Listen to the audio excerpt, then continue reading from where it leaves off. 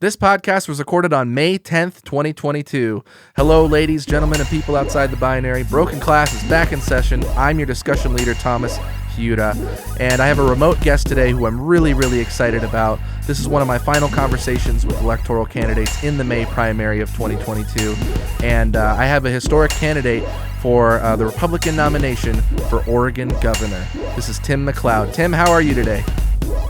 Doing wonderful, Tommy. How are you doing? I'm doing really good, thank you.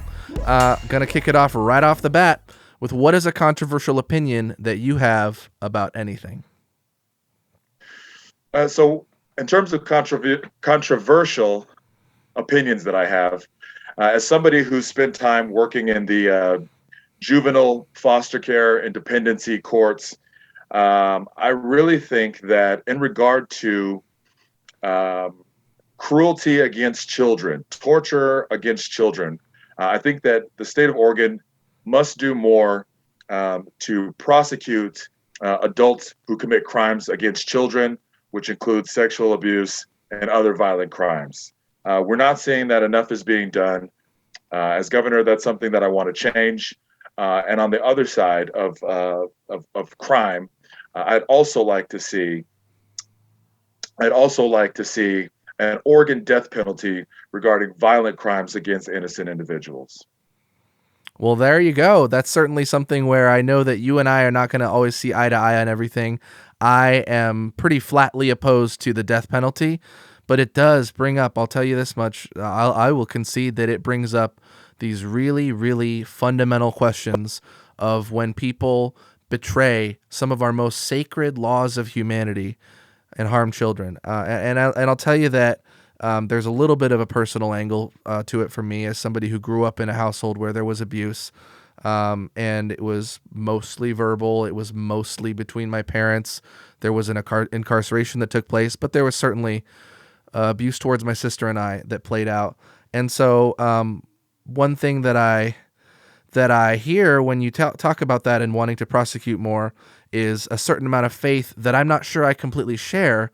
That before this, we talked just a little bit about this issue, and you said, these people should spend more time in jail for doing this.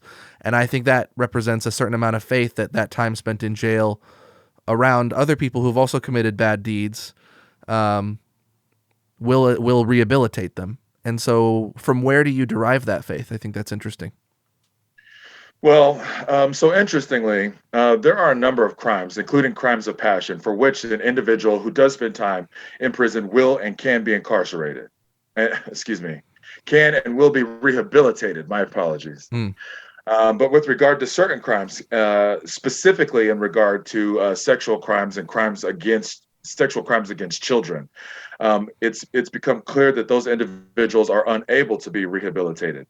So when we look at how we can keep families safe, when we look at how we prevent future victims, we find that releasing individuals who commit crimes against children, violent sexual crimes against children, back onto the street, they haven't experienced any rehabilitation.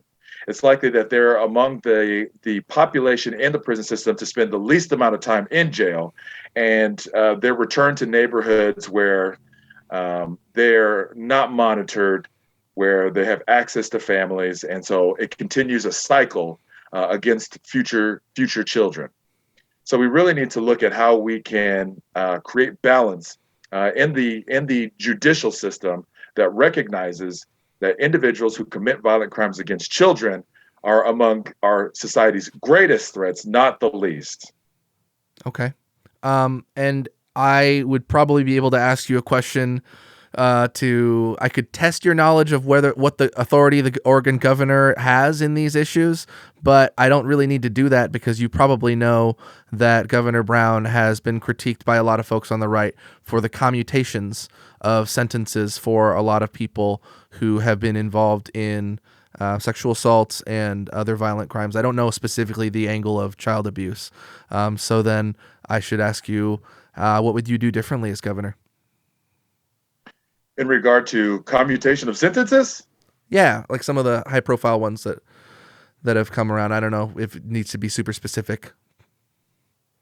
One of the other things that we're seeing right now is we're not creating that important sense of accountability that comes with returning to society as a felon. So you've served your time. You want to reintegrate into society. It's always a difficult process, but at the same time, we want to make sure that individuals returning to society with a desire to move forward and to return as a benefit, as a return as a member of a functioning, healthy society. We want to make room for those individuals, but at the same time, individuals who premeditate crimes, as one of the high-profile commutations included, we need to ensure that the families aren't re-victimized, because that's ultimately what these commutations have created. They've created situations of re-victimization, forcing these families who have already suffered a significant and lifelong loss. We're asking them to relive the trauma of that event and letting them know that their future is even less safe than it was before. So there's obviously a lot that we can get into as far as what could be done differently than what the current governor has done over her last 7 years in office. And the reality is, it should be nearly everything. So in regard to commutation, I think it's something that at the very least, it requires a discussion with the offended or affected or injured parties. That clearly didn't happen in this case. Okay. The victim's family, was among the last to find out, and as a result, it really created a new sense of trauma and fear on our streets, which is exactly the opposite of what the governor's job is to do. Well, an unfortunate thing also is that I don't have to tell you that people who are victims of crime will sometimes blame themselves. So if you are in that situation and the government is, has not consulted you in what was going to happen to somebody who really ruined your life or really, really deeply affected your life in a negative way, I can imagine people also struggle with that feeling of like, in what way did I contribute to allowing that person to do this, or what could I have done differently? And that is really troublesome and disappointing that people have to do those mental gymnastics. We've got right into a topic that's really juicy and interesting, and also not the most comfortable, I would say, for me to talk about. I'm sweating, and but you are I think of you as a really down to earth, fun loving gentleman. And we should establish some of the context surrounding this governor's race, because one reason I think I have a role in whatever my audience is that will listen to this and consider your candidacy is to spotlight people who might experience structural barriers to getting the kind of attention that their candidacy might deserve. I know that you had highlighted a specific barrier that the GOP set an arbitrary standard for, but you're running in a race with a lot of opponents, and tell me how it's felt to be in that race and to try to get the word out. I mean, it's overall, I feel that my campaign is going great. So where things are equal, I have the same opportunity to resonate with Oregon voters.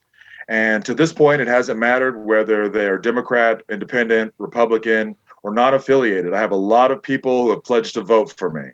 And so that says something about the message I'm carrying forth. It says something about the way that I communicate with individuals, and also the way that I'm listening to the issues that they're experiencing personally. That's important to me, and it has a lot to do with the reason why I'm running.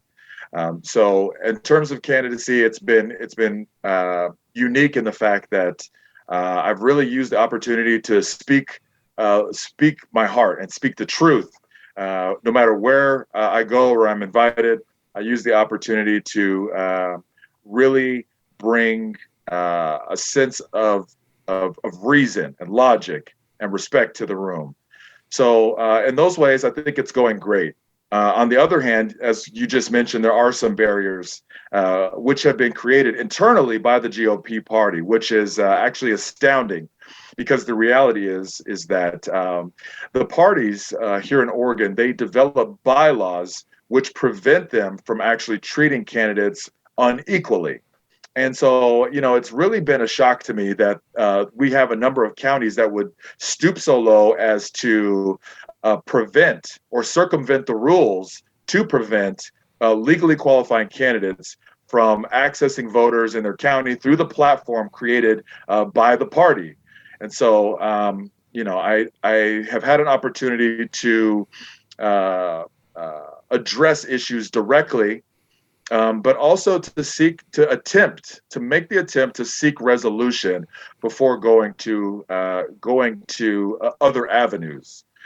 So one of the conversations that I have had with Republican leadership regarding the situation led to a response, which was, we'll look at fixing the bylaws after the election. So to me, that Great really timing. just great timing, but also represented a theme to me. And the theme is what is in part helping me move forward in spite of that barrier that's been created. That theme is election integrity. I don't really mind the fact that there are a large number of candidates in this year's race.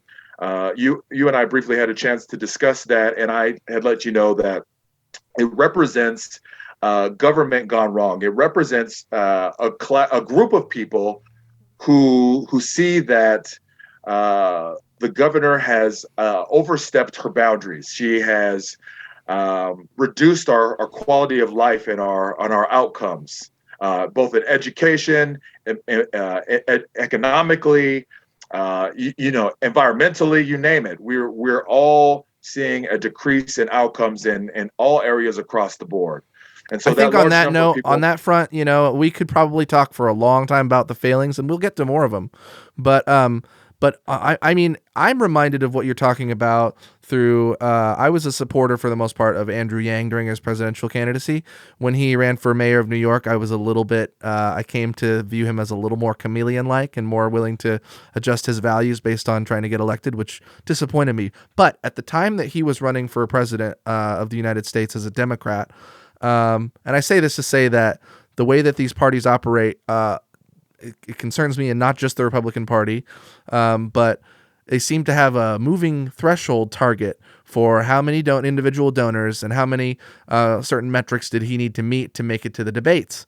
They didn't want him on the debates. So even though he, stayed on the stage longer than Kamala Harris, longer than Cory Booker, these previously federally elected Democratic candidates, he was able to make it in there a little longer, but ultimately, it is disappointing to me that a party apparatus, which is supposed to represent a set of common values to try to build a team of people that are going to represent the people, will do so much to inhibit the voices of candidates. It's not cool.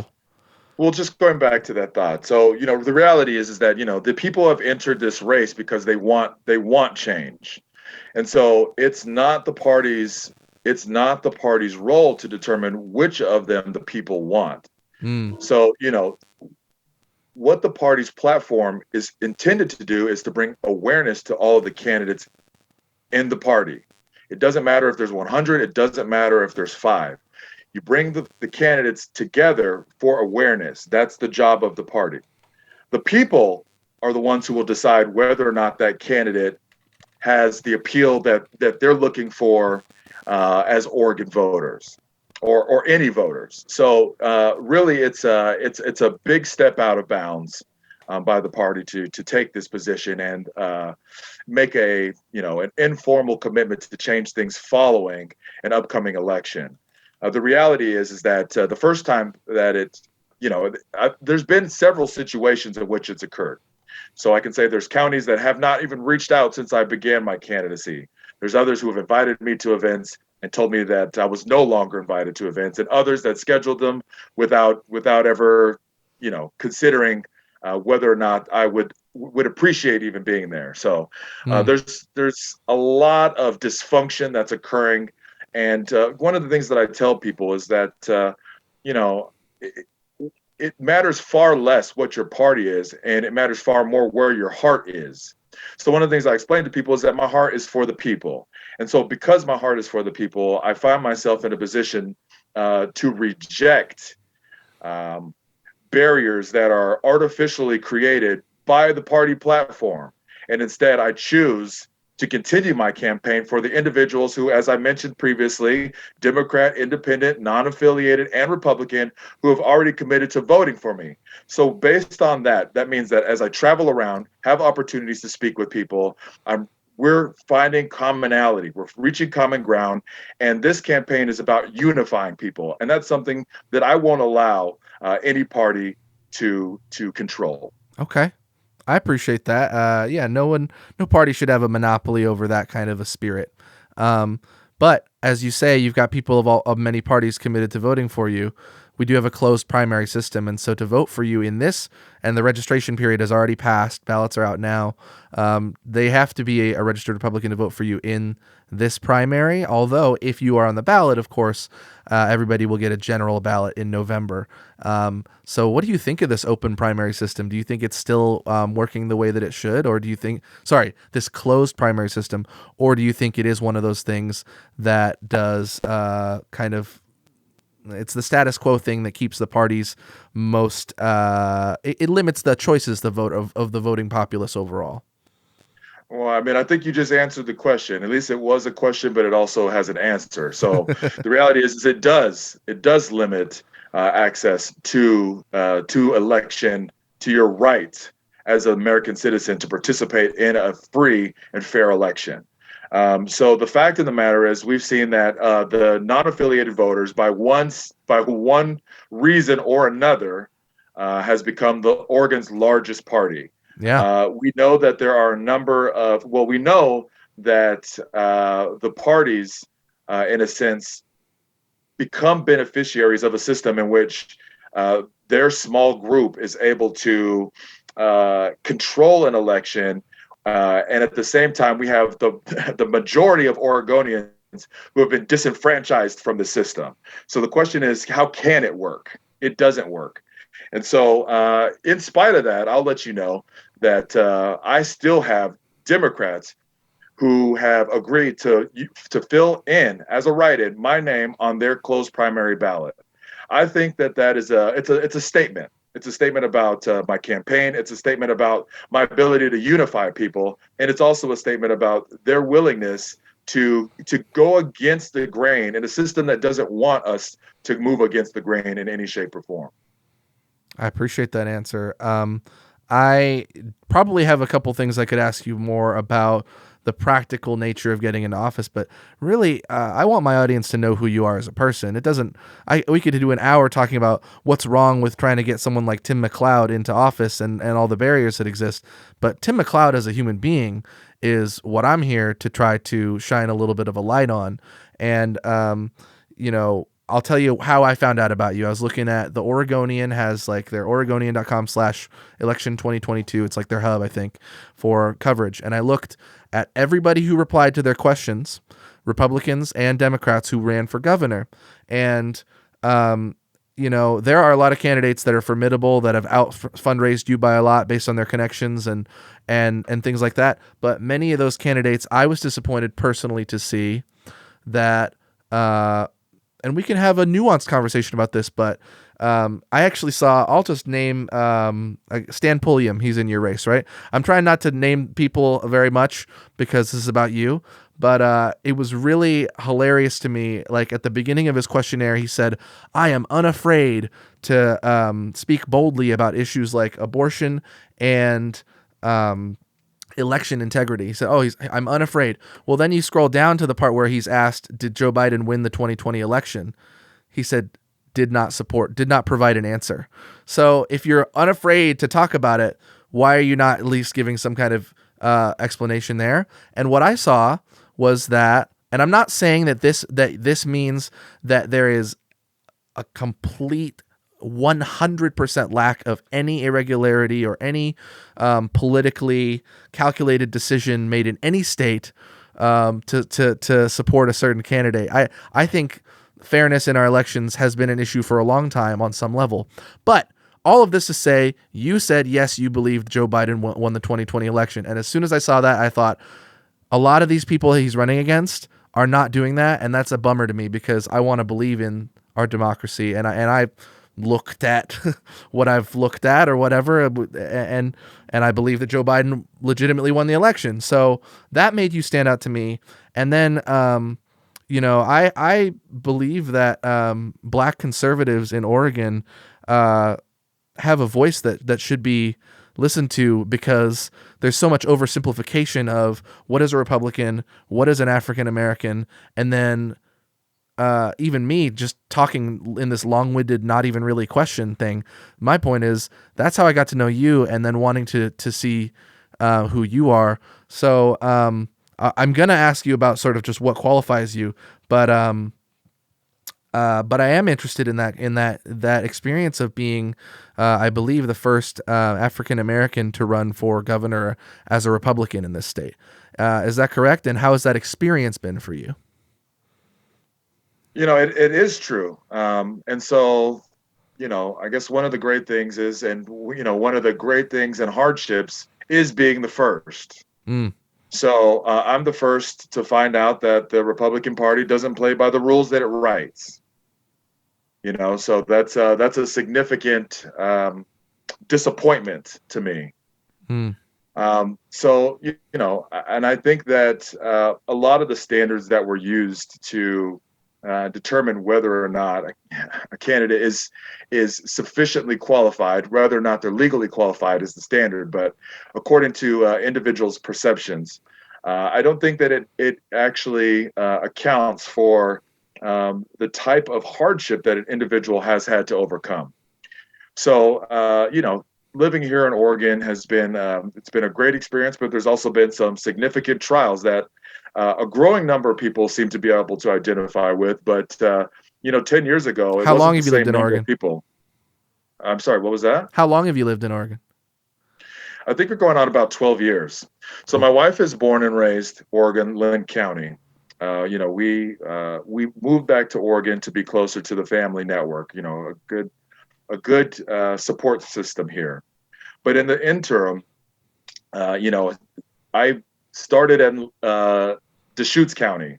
So, raising a family in Deschutes County, opened a small business there in state licensed childcare, and was going to school online for public administration via Eastern Oregon University. So doing all of that, that's exactly what you believe is it's the right thing to do. It's making your own path in life. And even in doing so, small businesses at times they're very resilient. Our business was able to pay all of its expenses in the first year, and then going into the second year, we had some changes with our account receivables and some other economic crisis, and then the whole business looked different, even though it's still operating and running well. That actually led to actually it was the increase in housing during that time that kind of broke the camel's back, the straw that broke the camel's back. And so going from, having housing security, running a business, being a student and a father, to not having housing security and still being a father and an honor roll student and a small business owner, it's a real different feel. So it's very unique timing that I am entering this race, because I do have some experiences and in terms of what's important to Oregonians now. I am aware of how transitional support actually helps to end homelessness for individuals, but at the same time, it's not something that we can just throw money at. So for me, it took 2 jobs, working endlessly to make sure that money was saved and that we were able to get back on our feet. But it doesn't necessarily seem to be the political approach at this point. It seems to be an idea that we believe, at least generally speaking, that we can throw money at. That's not going to solve the problem. It's going to create more problems. And so that's, it's an issue that it's an issue that through experience, I understand better than a lot of people who would propose solutions. Just like going back to the child abuse, everyone has a different opinion, but after you sit and you've read, endless reports of children being hurt, you realize that we need to do something about it. And so, I come from a place of public service. So, I've spent time in the nonprofits. I know what it's like to run and have to close a small business that's successful. The day I closed the door to my small business, I had new clients coming in to register. So Wow. that was kind of a sign to me that, everything that we were doing is right, but the environment was wrong. Not being able to put a roof over your family's head, not because you can't afford it, but because, or not because, you aren't able to, but because the prices are just getting out of reach for hardworking everyday Americans. That's something that we've had over a decade to address, and at the same time, the issue's only gotten worse. So, Mm. you know, uh, currently, I'm working for a U.S. aerospace and defense manufacturer and as a business development contractor. So that gives me a lot of opportunities to study international markets, understand changes in the economy, and be able to track and research trends. And I can track and trace those trends back all the way back to how we are affected here in Oregon. So I do that as part of my work, but I also realize it's an opportunity in research for an executive who needs to understand the markets, how we can preserve them, how we can accelerate them, and what are the things that we're doing now that are going to create future hardships. And we're seeing a lot of that happen through our political leadership at this time. Okay. Excellent. Um, I want to dig a little more into what qualifies you to be Oregon's next governor. And in saying that, I believe that a broad, different kind of range of qualities can all make up an effective leader. And it's not always the person that, in many cases, it's not the person that's the most safe and conventional. But I think it's really interesting in the media landscape of today, watching people that I've known in my life go from not being in certain positions that were highly public and then being in those positions, and watching how they are defined, received, and sort of understood by the community. So like, for example, I first met Kate Brown well before she became the governor. When she ran, I was pretty excited. And then, I watched her make decisions that I disagreed with. And I also watched, in many cases, people, I think, misrepresent who she is, and people who have. It's easy to sling mud, but it's not easy to do the actual job. And so, it's going to take a tough skin if you're elected governor, Tim. When you go in there, how are you going to control the narrative of people are going to say, "Oh, he's, he was." I know that you've shared that homelessness is in your background. Homelessness is in my background too. Oh, he's this guy, not working hard, making excuses, or, oh, he's this guy, he thinks he can circumvent the party structure and he's criticizing the GOP. All of these criticisms are going to come in, and how are you going to respond to that? And who really are, besides what people believe that they see, if you are to sit in that seat, who is really going to be sitting in that seat? That's my question. So, the reality is that, I come from a background. You had mentioned at the top how you had experienced some forms of abuse in your background. Yes. So in my background, I come from a single parent household, and and a background that was oftentimes spent in isolation, not necessarily being directly cared for. So those experiences have helped to shape me as a father. But at the same time, I recognize that, my mom and grandma, they did the best for me that they could. So they instilled a set of values in me, such as the desire to protect vulnerable individuals, the desire to listen to people, and the desire to demonstrate respect where respect is deserved and earned.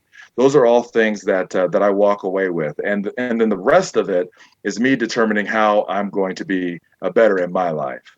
So, as a father, I care about outcomes for our children. So that's the person that's going to be sitting in the chair, the person that cares about outcomes for our seniors, a person that knows what it's like to work with intellectual and developmental disabilities and to help individuals advance their lives. And not just somebody who's experienced homelessness, but somebody who's experienced homelessness while running a business, running a family, and going to school at the same time. So there's different types of experiences that people have.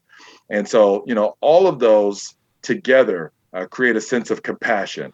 They create a sense of duty and honor regarding doing the right things every time, and making sure that it's not just looking at things. So one of the things that I tell people is that I'm not so interested in following in any shape or form Kate Brown's path. I think that it was actually this isn't slinging mud. It's the result. It's the Sure. result of 7 years in office. Fundamental disagreements. There's in my and that's part of this too, but realizing that there's been a lot to go wrong, and it's not so much that for me mostly the biggest issue that I take is the use of the Emergency Act, because the use of the Emergency Act created a one size fits all solution that actually denied you and me our constitutional right to a freedom of expression that's built into the Oregon Constitution. And offering a one size fits all solution is actually, that's the mud. That's what was it used for? What right was inhibited? You're asking me what right was inhibited by the use of the Emergency Act? Yeah. Just to be clear for my audience. So we've had over 13,000 Oregon small businesses close. Our rate of homelessness has gone up. Our rate of crime has gone up. Our student outcomes have gone down. Our graduation rates have gone down. So there's a number of issues that were directly created by the use of the Emergency Act that creates the reality that we do live in now. And so one of the things that I tell people is that it's better for us as a state to pass fewer laws with greater consensus than it is to circumvent the legislature, the Constitution, and the Oregon people by an unconstitutional use of executive power. It's not something that I've ever agreed with, not since the first time it was used, and not now that that the legislation is using the Emergency Act to pass laws without study, without vigorous back and forth discussion on policy outcomes. I come from a place of realizing that we aren't always able to match policy to people. We like to think that policy determines people, but really we need to ensure that policy it meets the needs of people, that it first recognizes people. We haven't seen that in the last 7 years. There's not a keystone piece of legislation as a public administration individual with a background and paying attention to policy.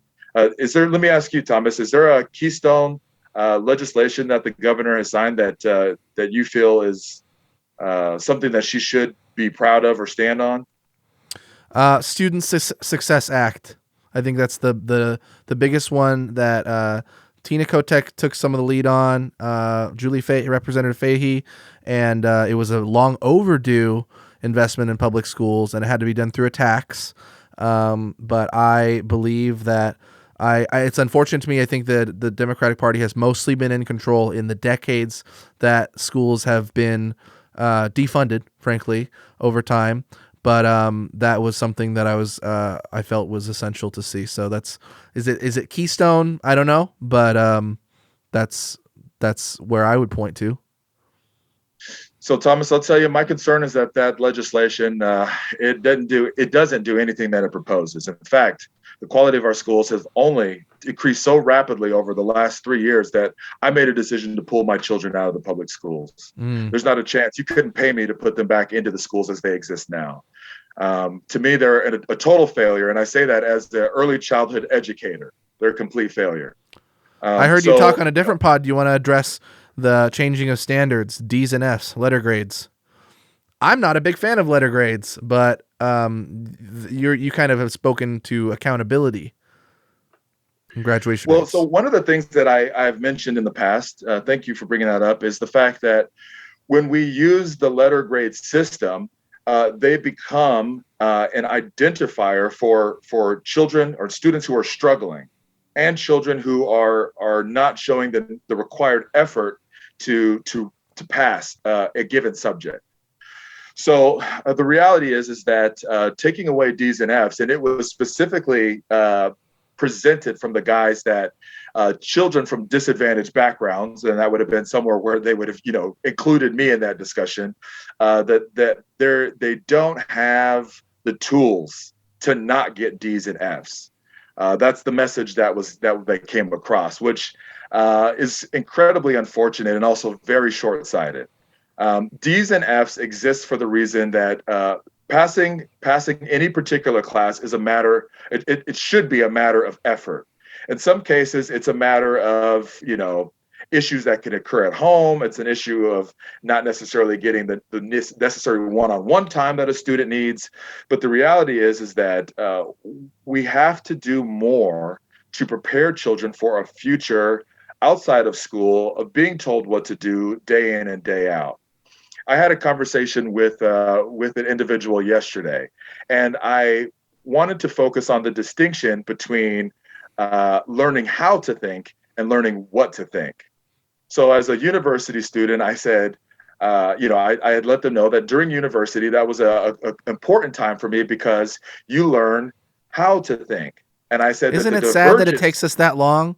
We push that off until 13th grade for the most part. Do you see what the issue is? The issue is that learning for Oregon students doesn't begin until you're out of formal education.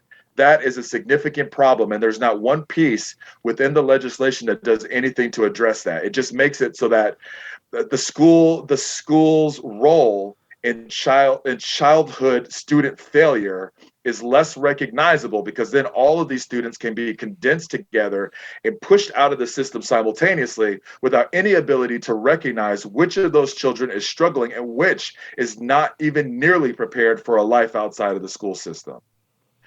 So yes, it is. It's tragic. And so as an early childhood educator, one of the things that I made clear to people is that my role in the education system was to prepare our youth for entering elementary school, entering kindergarten with skills, advanced education for elementary school. So we worked on making sure that children were able to, practicing fundamentals, reading, writing, numbers, while at the same time offering unique community experiences that families were not able to find anywhere else.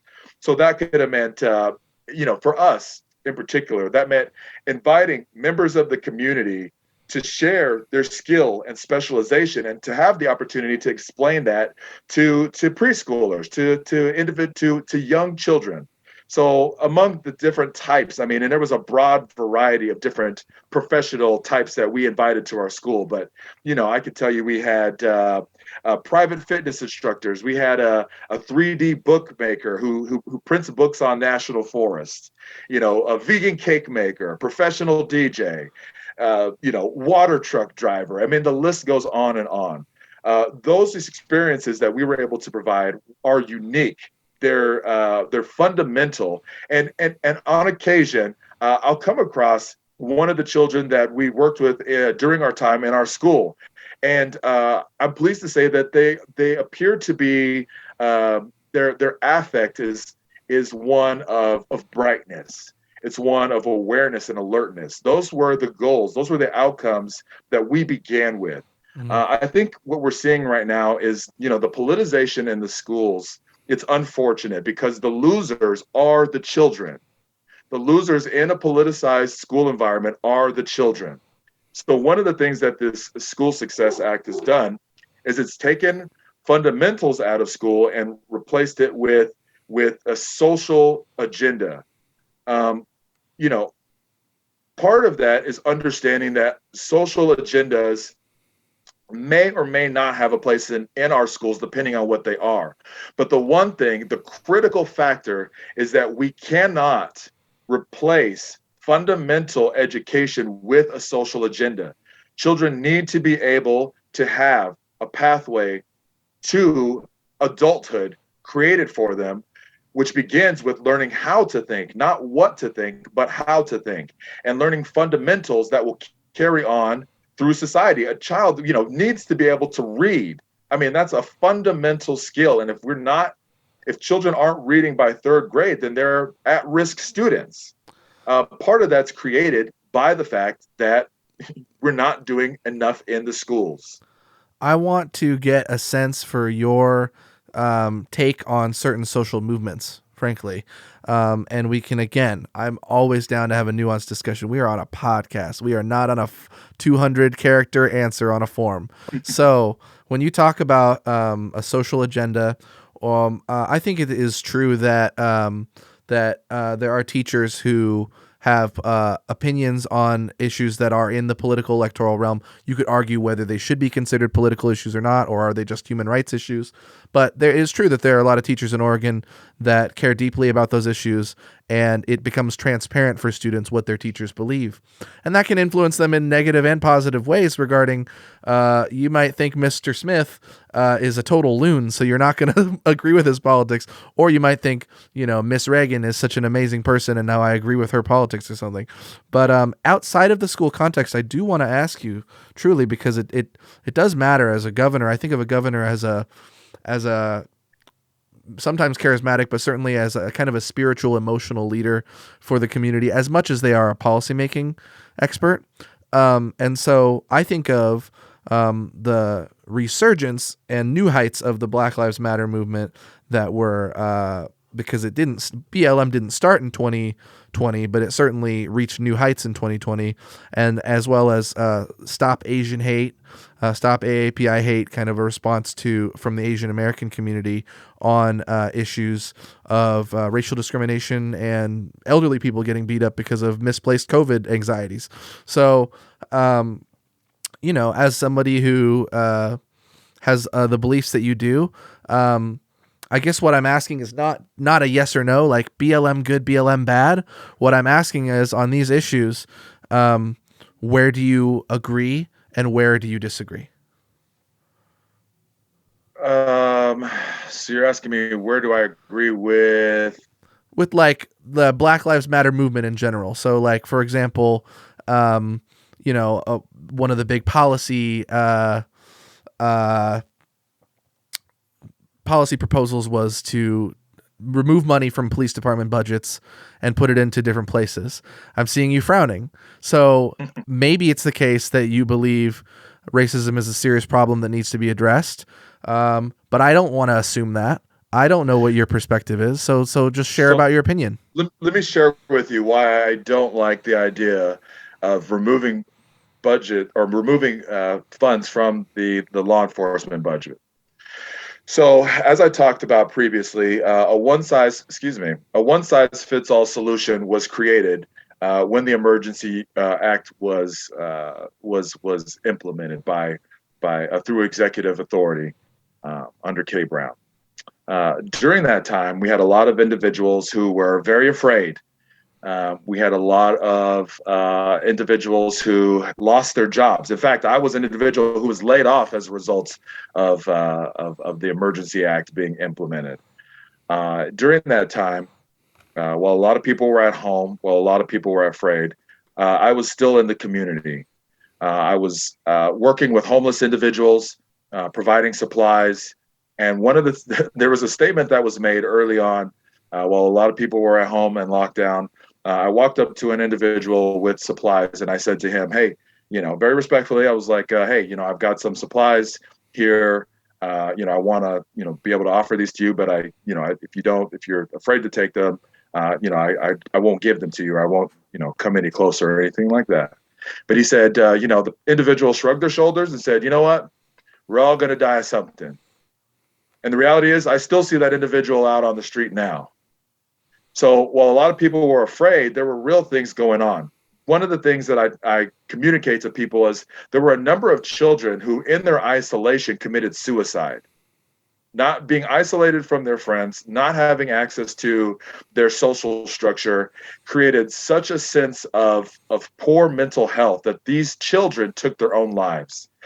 And then on top of that, it hasn't been much more than a year, but there was a 17-year-old boy who was shot in the head across the street from my home. I actually was the first one to find him, and I found him, and he was dying as I found him. So I looked into this child's eyes. The schools are closed. Businesses are closed. Recreation's closed. And this child is dying in the street inside of a school parking lot. There's nothing that I could do for this child but to provide comfort and pray for him, but at the same time, who came to help? Before I walked out, before I realized what was happening, and once I realized what was happening, the statement that I made to my wife was, call the police. So I go over there first, and the police, they were the next there. But the reality is police are often the first there. So for me, experiencing this child dying in a school parking lot is incredibly traumatic. One of the things that I realized about during that time is for the officers, it's also incredibly traumatic. We've gone through a period of time where we have elected, some of us, some of our population have elected to not recognize the difficulty of the role of a police officer or law enforcement officer. Now, that isn't to say that as a one collective group that they all represent the same stewardship and professionalism. But among those, the ones that we recognize as being excellent public stewards, and professional public stewards, we also want to recognize that these individuals have a family to go home to as well. And so with all that to be now in the discussion, I realize that, most people don't have the heart or the stomach to run into situations like the one that I found myself in. Yeah. Most people want nothing to do with it. They want the individual who will come and help resolve the issue for them. That's in direct conflict to taking away funding to ensure that agencies have the ability to recruit professional public stewards. Without professional public stewards on our streets, our communities are at risk.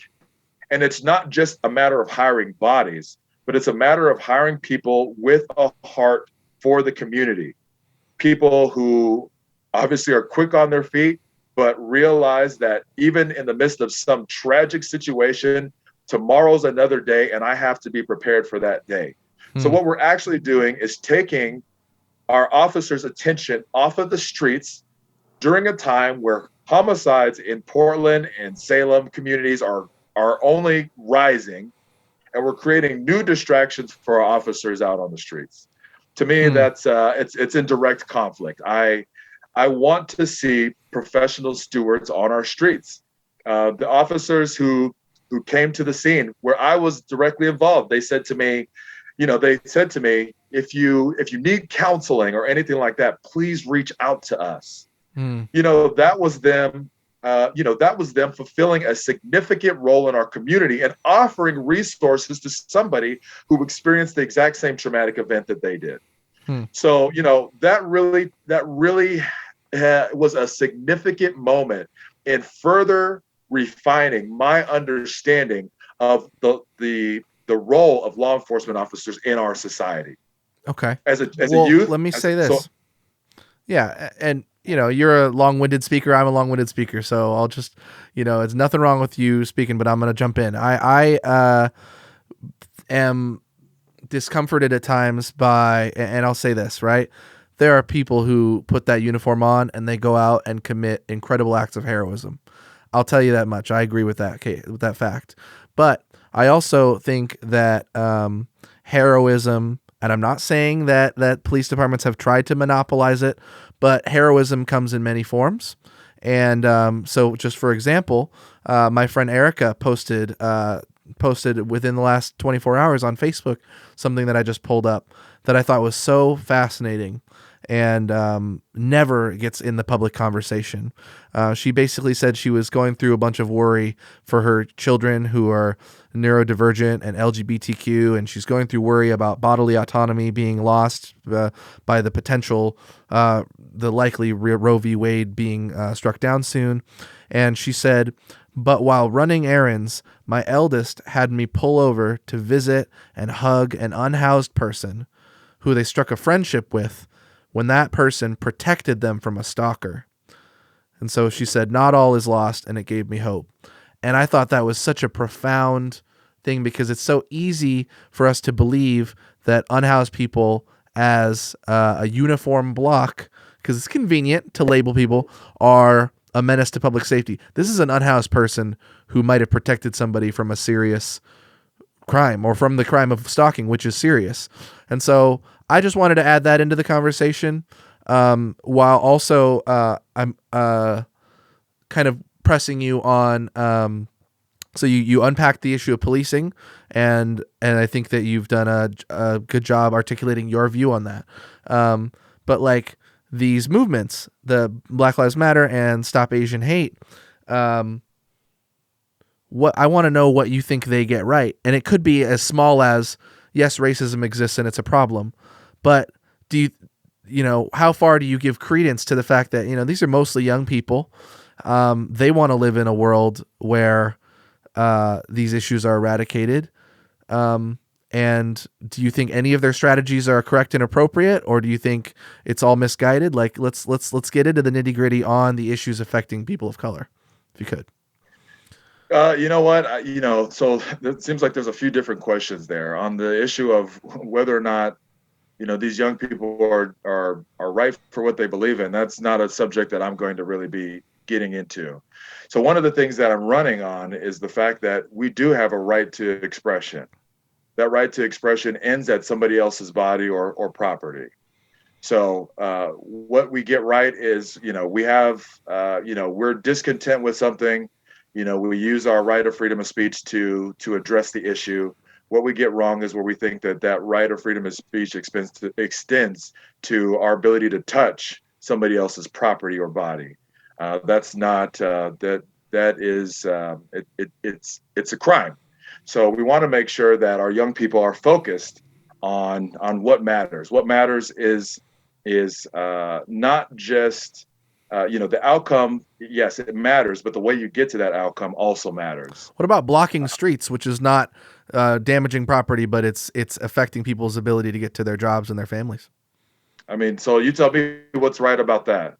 I'm a single mom. I'm trying to get to work, and I can't drive up the road. What's good about that? I think that there are so many angles, one of which is that we live in a very, very automobile-centric society. I'm sounding like a Eugenian hipster here because I believe in, alternative methods of transit. So sometimes you have people blocking streets simply because they believe that environmentally it's a tragedy how addicted we are to fuel and cars. But also acts of disruption are needed in order to, when the civil rights movement occurred, people flooding into the streets, acts of disruption are needed to raise a voice nonviolently, I think, in many situations. Well, kind of focusing on one of the issues that you meant, or that you mentioned. To me, the vehicle is, we need it as it's so the way that we make our livelihood. With that said, I've also been deeply involved in bike issues in the past. So you may or may not know this about me, but true. I'm sorry? I said true. Yeah, talk about it. So I was the chair of the Albany Bicycle and Pedestrian Advisory Commission. So I've spent a number of years involved in pedestrian and bicycle issues. I'm not one of the individuals who wants to prevent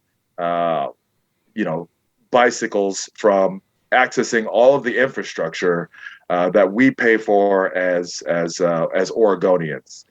But I do think that it is within our pursuit of happiness to utilize and choose the vehicle that best suits us. So one of the things that I bring up is I am for, a cleaner and greener Oregon. But what that doesn't mean is taking away somebody else's right of economy, as we've seen occurring in Washington. So in Washington, they want to implement a mandate that all vehicles by 2030 are electric vehicles.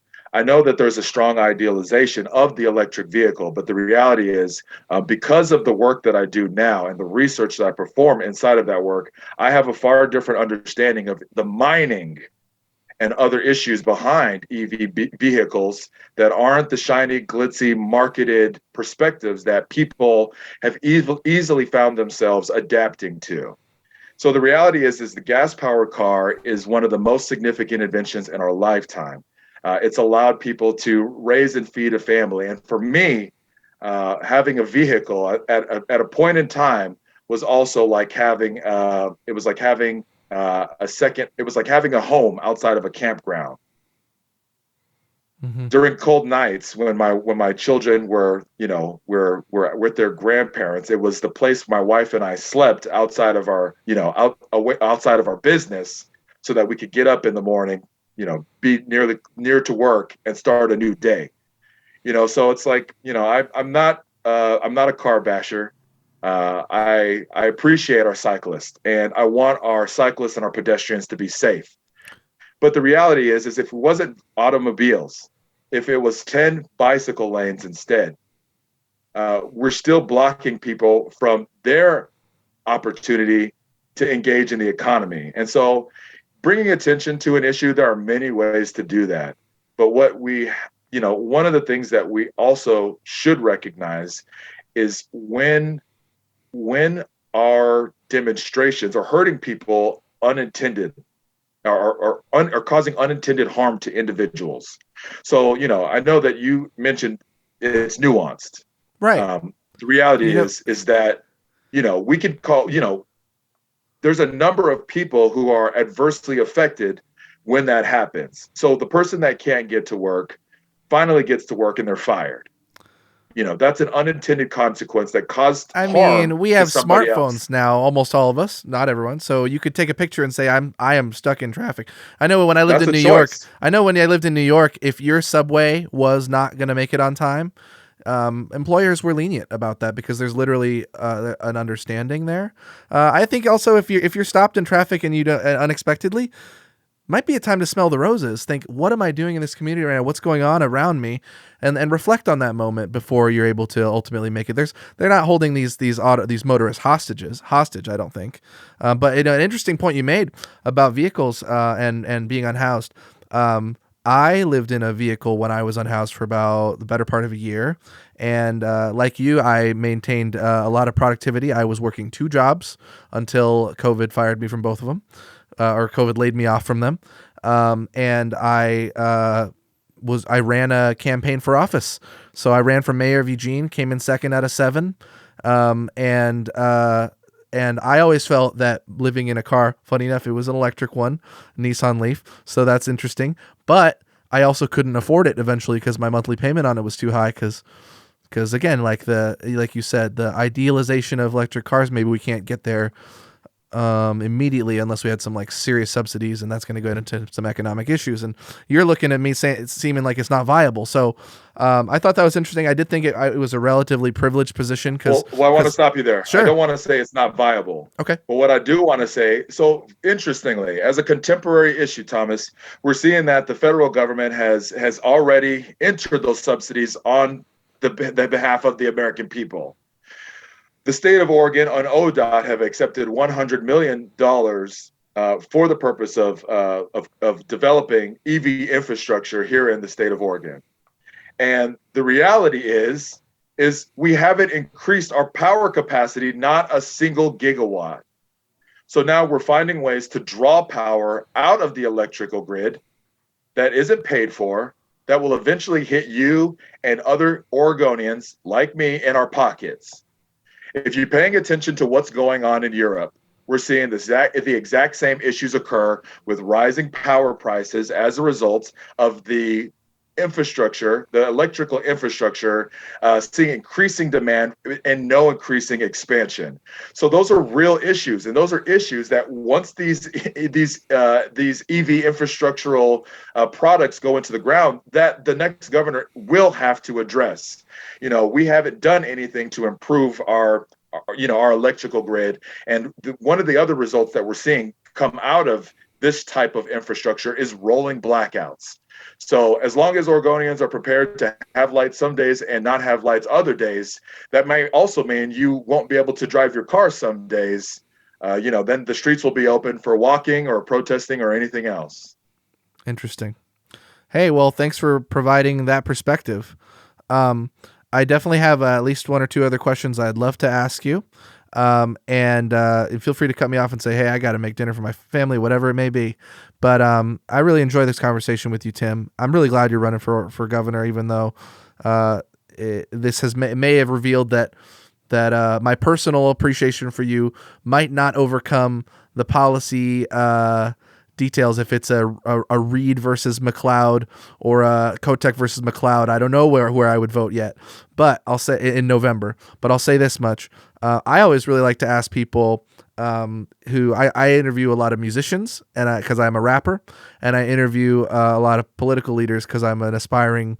I'm a politics nerd. It's like my sports. I follow politics like it's sports, and but with greater consequences.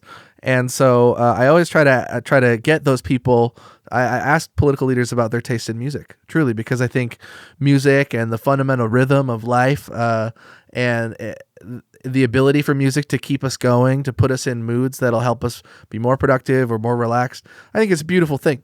And so I always like to ask, to at least name, an artist or two that inspires you, keeps you going, or something that you've been listening to lately during this challenging campaign season. There's I got one you weren't prepared for. Yes. Yeah, I'm not really into a lot of contemporary music. I guess if I had to pick a genre, it'd be more or less jazz. But I'm really open to music, so I'm glad to hear that you're a rapper. One thing that you may appreciate is if you check me out on YouTube, I put together a little campaign song that, as a rapper like yourself, you might appreciate. And I listened to it. I love that there's policies. I love that there's policies. You can tell by the way I talk. I have a rapid fire flow. Me and Tim are on the pod doing it on God, like something like that. Boom, but boom, yeah, go with it. But I love that you had your policies, because truly, in the education world, we talk about differentiated instruction, which can mean, not using the exact same method to get information out to every student. Some voters are gonna see something like that, and they're gonna appreciate that you put your policy ideas in a way that was consumable for them. Sure. So I thought that was cool. And there's a lot of jazz greats that I certainly love. I got to live in New York for a year, and I didn't experience enough of it because I was broke.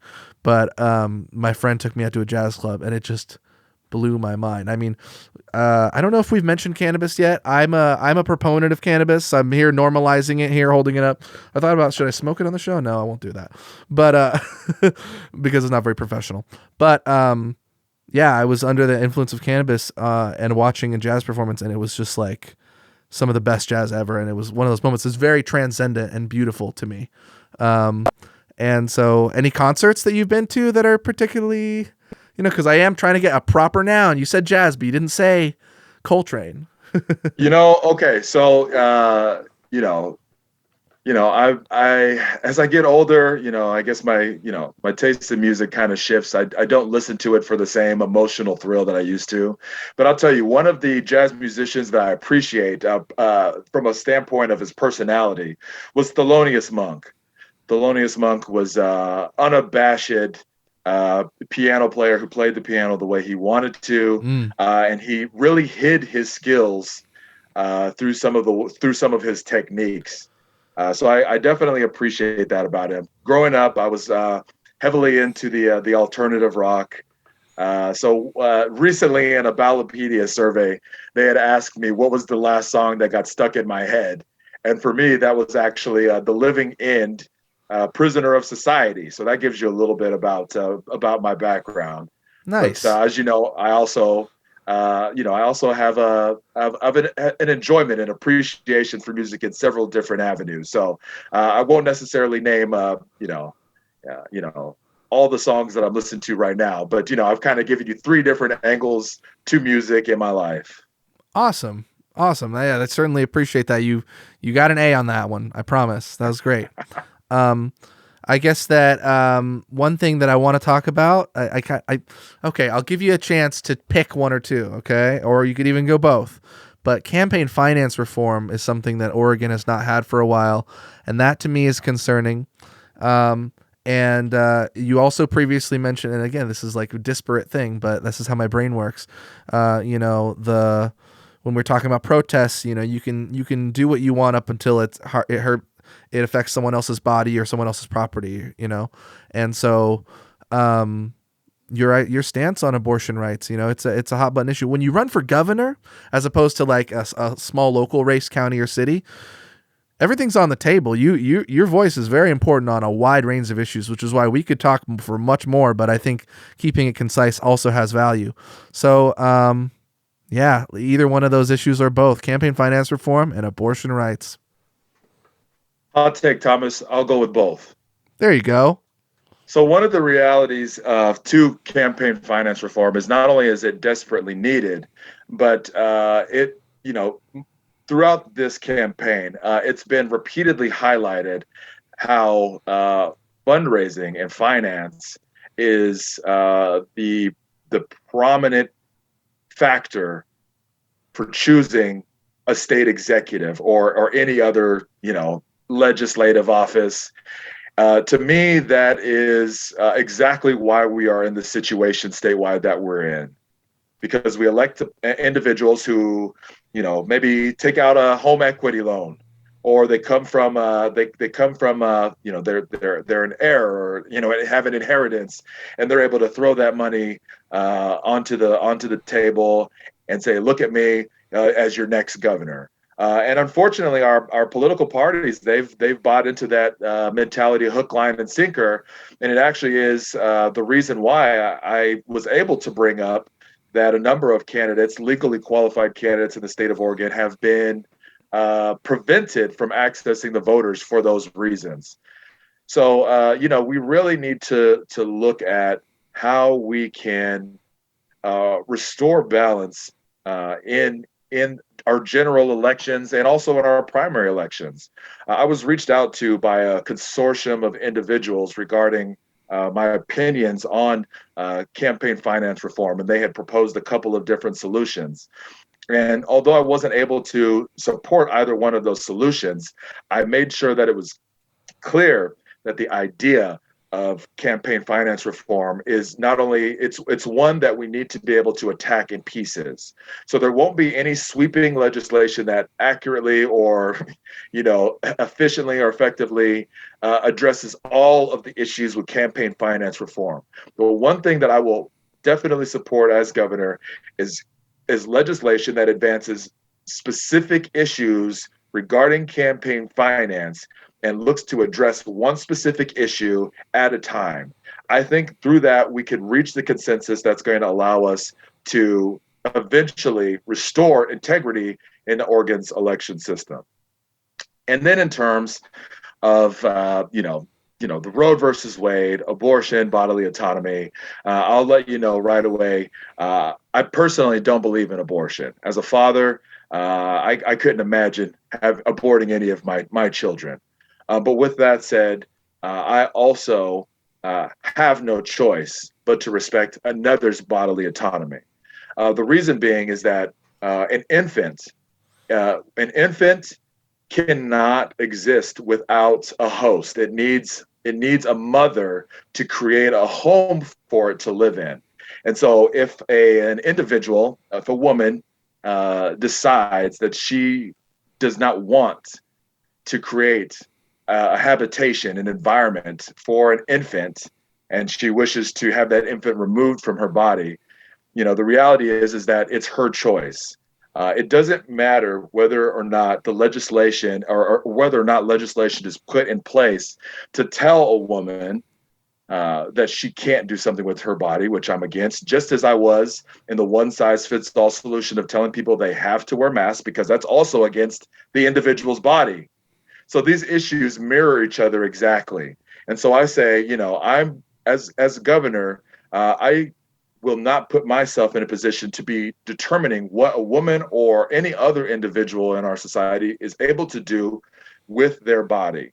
I do believe that before specific body or gender modification occurs, the individual probably needs to be 18 years old so that they can have full mental acuity regarding decisions that are made in life, to have an opportunity to make those decisions with full rationality and some maturity.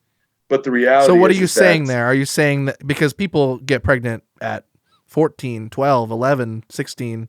So what are you saying there about being 18?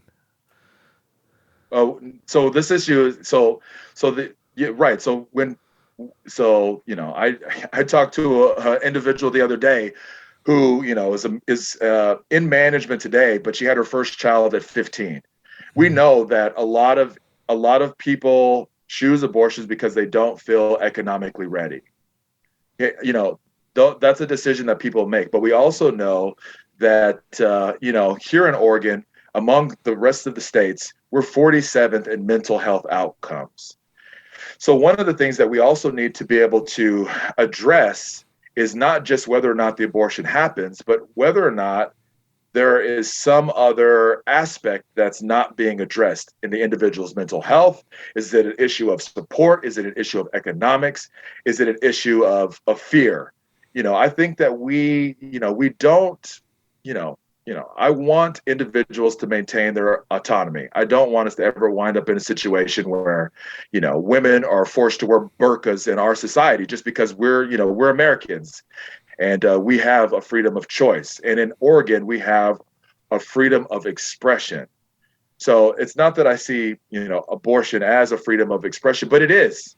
If a woman, a pregnant woman decides that she doesn't want to have a child, that is a choice that she's making independently. And the government saying, no, you can't, doesn't necessarily prevent that from happening. It just creates the conditions for it to be even more unsafe, to create a black market for that specific service. So, I guess, the reality is that individuals need to have the option to decide for themselves. Either way, there's a consequence. Having a child, comes with consequences, and having an abortion, it also comes with consequences. You don't get off scot-free. There's a residual there's a residual effect that occurs every time an individual has an abortion. So, while I respect the individual's right to do with What their body what they will, I was I so also tempted to not ask any more follow-ups on this, but when you say a residual effect that happens in every abortion, I'm not sure I agree. I know that there are issues of trauma and regret that occur in some instances, but in every abortion, I'm not sure if I agree with that. Can you clarify? well, the reality is if there isn't a residual effect, I mean, the reality is that one, regardless, so stepping back and kind of looking at what an abortion is, it's removal of a living being, a living organism from inside of the body to an environment where it can no longer exist. So, if an abortion is not, if it doesn't have a personal outcome, then maybe this is because it's being used as a form of contraception. I think we really need to ask in our society, should the removal of a life be contraception? And so one of the things that I like to say is that, you had mentioned earlier that you're not for the death penalty, but when it comes to abortion, you're, for the loss of a child's life. So I think really in society, we do have these dynamic opinions that exist. But the reality is that life is life. And if you're not for the death of a criminal who may have committed a heinous act, we also have to look at the effect on a child who would be coming into the world without having done anything to anybody. And we don't know who that person could be. Just like in my life, I explained, I witnessed firsthand a late term abortion, 17 years old. That individual was aborted on our streets. And so I want to make sure that our children have better outcomes. If a One of the child is challenges, born, I'll respond. One of the challenges with this conversation is a wide spectrum of, frankly, the biology that we're talking about, from the moment of conception to 9 months later and the possibility of birth. And so that's where my biggest red flags come up of saying, we're talking about a child. The earliest of pregnancies are aborted with a pill, So if I have a tapeworm in me, I'm not saying human beings are tapeworms, but simply based on the potential for something to become a walking, living, breathing human life does not, to me, say that it actually is. Of course, that is a terminological, that is a semantic disagreement, and that's often something where we're just going to be in circles. But a lot of things give me pause. I was a legislative intern with Planned Parenthood Advocates of Oregon. So that back in 2013. So we are not going to agree on a lot of these, but I feel happy that I let you speak for a while, got you on the record. Yeah. And so I guess what I would move into is the final question. This has been a really enjoyable chat. I think you have a lot of spirit, and I hope that you keep going because, again, this is not an endorsement of everything that you've said or that you believe, but I'll say this much. As somebody who's a progressive, as somebody who's a staunch liberal on most policy issues, I want to have the debate rigorously, which means that I want balance and I want smart, forthright, honest stewards of conservative thought to engage with. And right now, I think that those people exist, but they're not running. Interesting point. Well, so that's an interesting point. Is the reality is that that'll be one of the ways that I'm different from some of my counterparts. Is some of my counterparts believe that it is that it is the role of the government to protect the unborn life. And that means creating legislation that prevents, that life from even having an opportunity to take form. As you mentioned, it doesn't always, miscarriage exists. Sometimes forced miscarriage is the outcome. But the reality is that there's, until a child is born, we don't know whether or not that pregnancy will complete to term.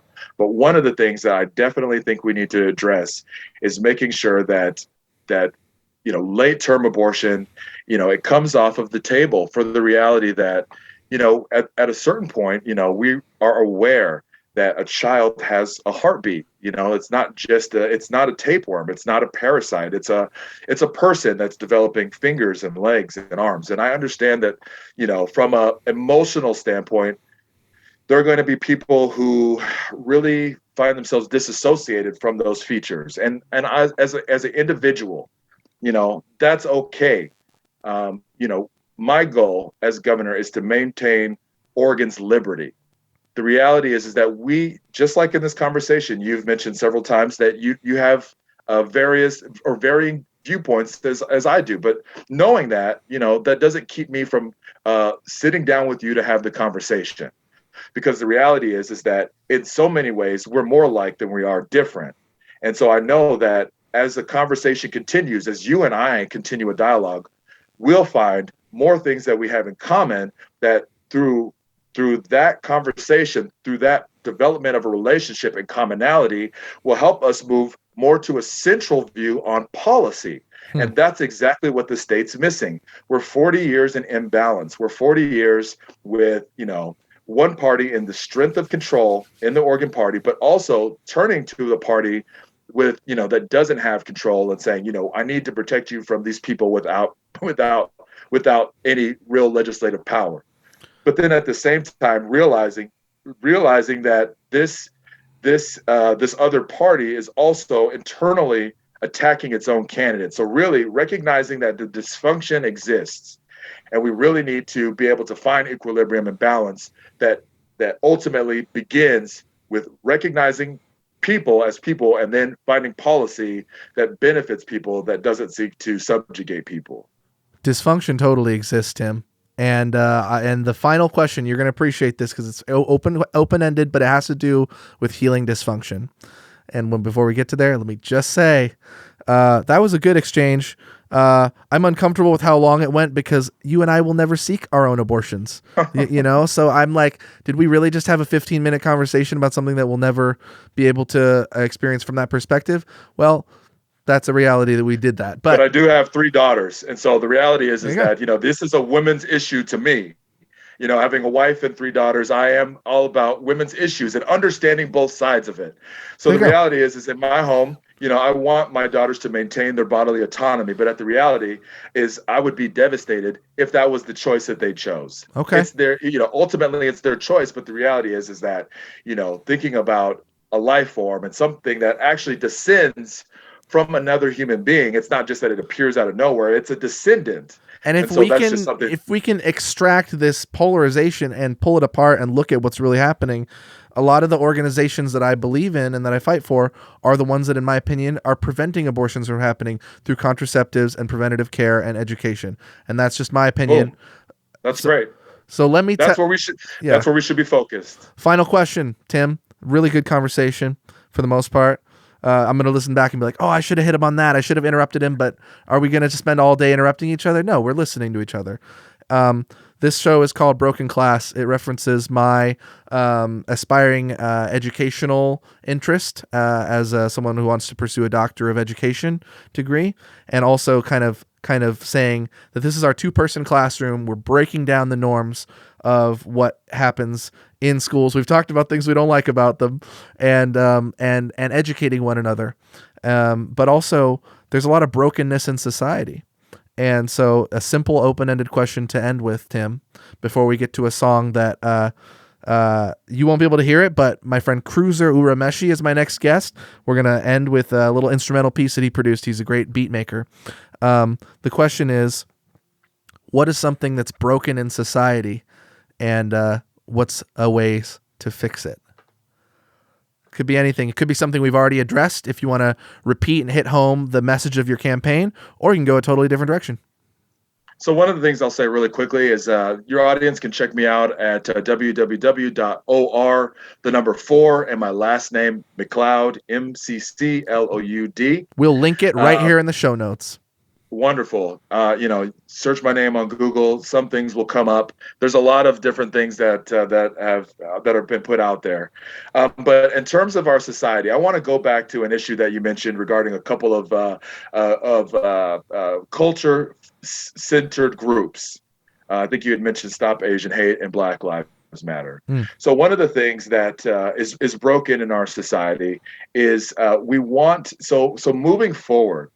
Society will see the vast reduction of protests as more individuals have opportunities to access a thriving economy.